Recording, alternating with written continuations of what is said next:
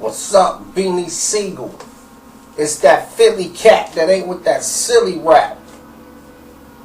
You know how I play Quiet Towns, time down. When I first heard Beanie Sigel, wow. What was that I heard Beans on?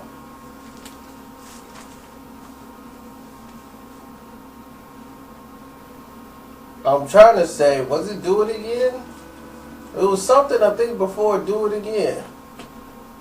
Before he said, Mac. You know how Mac come through on the club tip. Everybody real. Man, Mac was it.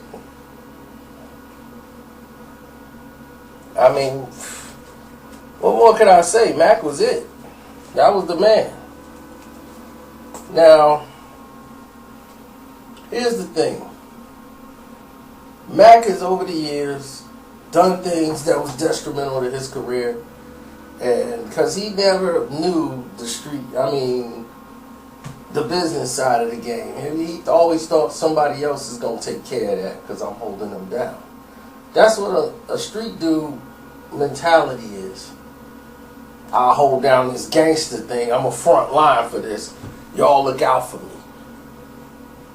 You know, like, I know they got me. We ain't gonna have that conversation, but I know they got me because I got them. You know, we family. That's the way it's gonna ride. But when people are in business, they look at it like, well, this is my immediate family. I mean, we're family when we go out on tour and on stage, but that don't mean I'm finna take care of you for the rest of my life. You know, and that's how, where he was like, man, you ain't give me the games like I tried to. You got to be able to pivot. But here's the thing, somebody like Beanie Sigel can't pivot. Jay knew that. He knew it. He said, well, this guy can only go so far, so I can only go so far with him. After that, I don't know what's going to be, but as of right now, that's how we have to play it out. So when things started to go awry with the company, when people were pulling in every direction with Jay and Dame and everything splitting up, and then that direction with Dame didn't work out, and Beans is like, wow, why did they just put me with Dame? You know, like, he felt like he got edged out because he didn't choose to go to Dame. He was picked to be with Dame. And Dame was the one that didn't want to sign him. But Dame the one got him state property and all this other stuff, and he got made all this money. But now, Beans has been, down. It's been a couple of shootings. But he is the only one to really put something out of in Philly that's like making people was feeling like, yeah, we on the map. You know, Will Smith made his song, but you didn't think Philly when you thought of Will Smith.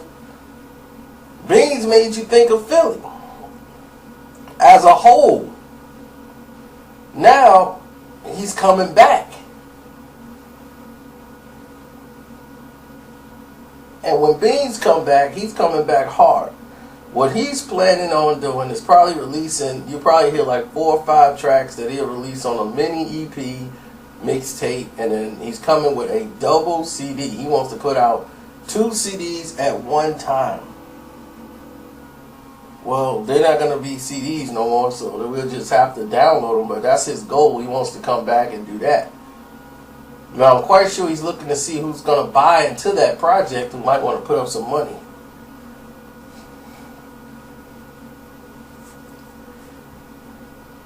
And well, right now he's comfortable, as far as doing what he think is right, or how he doing back in the hood. And people like Beans, I want him to win. I want him to get what he deserved, out of the game. He put too much in. So people should want to put him on that plateau.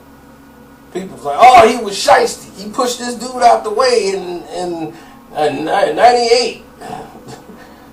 So it's karma. I mean, karma is not even part of your creed.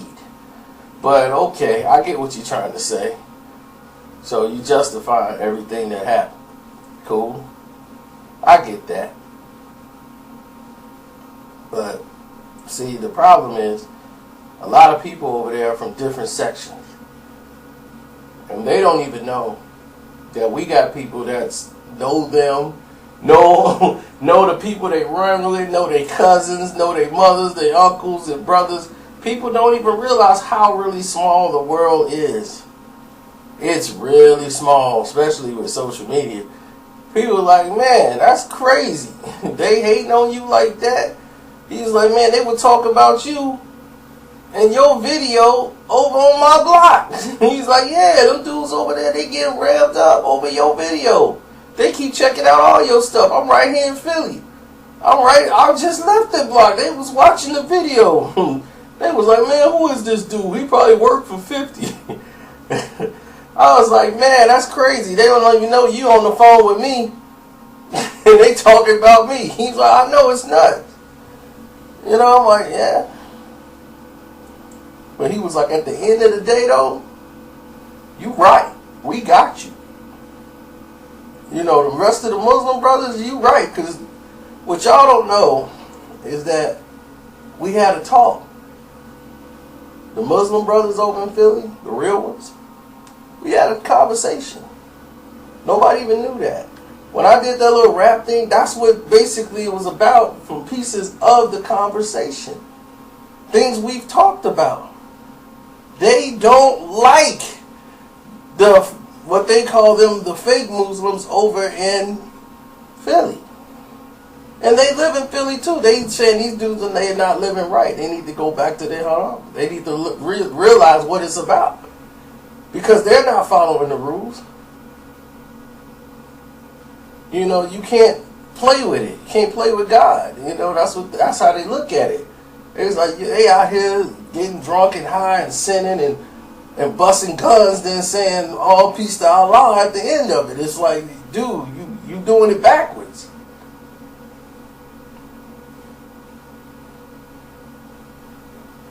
You ain't doing it right. And if somebody who's lost their path find their way, you root for him. He's probably not who he was in his 20s. He probably was a terror on the streets. He probably was somebody, but now he realizes what he got in front of him. He realized he has a beautiful wife, beautiful children. They're all healthy, blessed. He's able to see, like, man, I got more now than I did when I had money. That's a man of wisdom. That's a man who's seen things and came down. That's somebody you could learn from. That's somebody, when you hear that man speak, did he sound like somebody who was hating because he wanted some money or some fame? Or did he sound like a guy who was exhausted from that? Been there. He just want to put something out while he's in a good space. He's not a fan of this new era, the new music, the new style of these other guys, you know. And we get that. He's from our era. When it's one of these rappers that are just too young to know anything about, I got cousins and nephews and all of them, you know, they wear the holes in the pants, doing all the dances and the weird clothes. But it's their style. I don't be like, what you wearing, man? I'll be like, look, that's their thing. It's their time, it's their era, they hip hop. So they tell me who's hot and who's not. And some of these people that are new, that some people think is hot, they don't even listen to. Like, oh man, nobody listen to him. Like, he whack. I'm like, wow, he's whack. He sounds just like the other guy too. But hey, it is what it is. But Beanie Sigel double CD. Tell me what you think about it. Bean said he got about 10 songs or more just done already. Yeah, he's trying to get this out sometime quick to put the city back where it's supposed to be.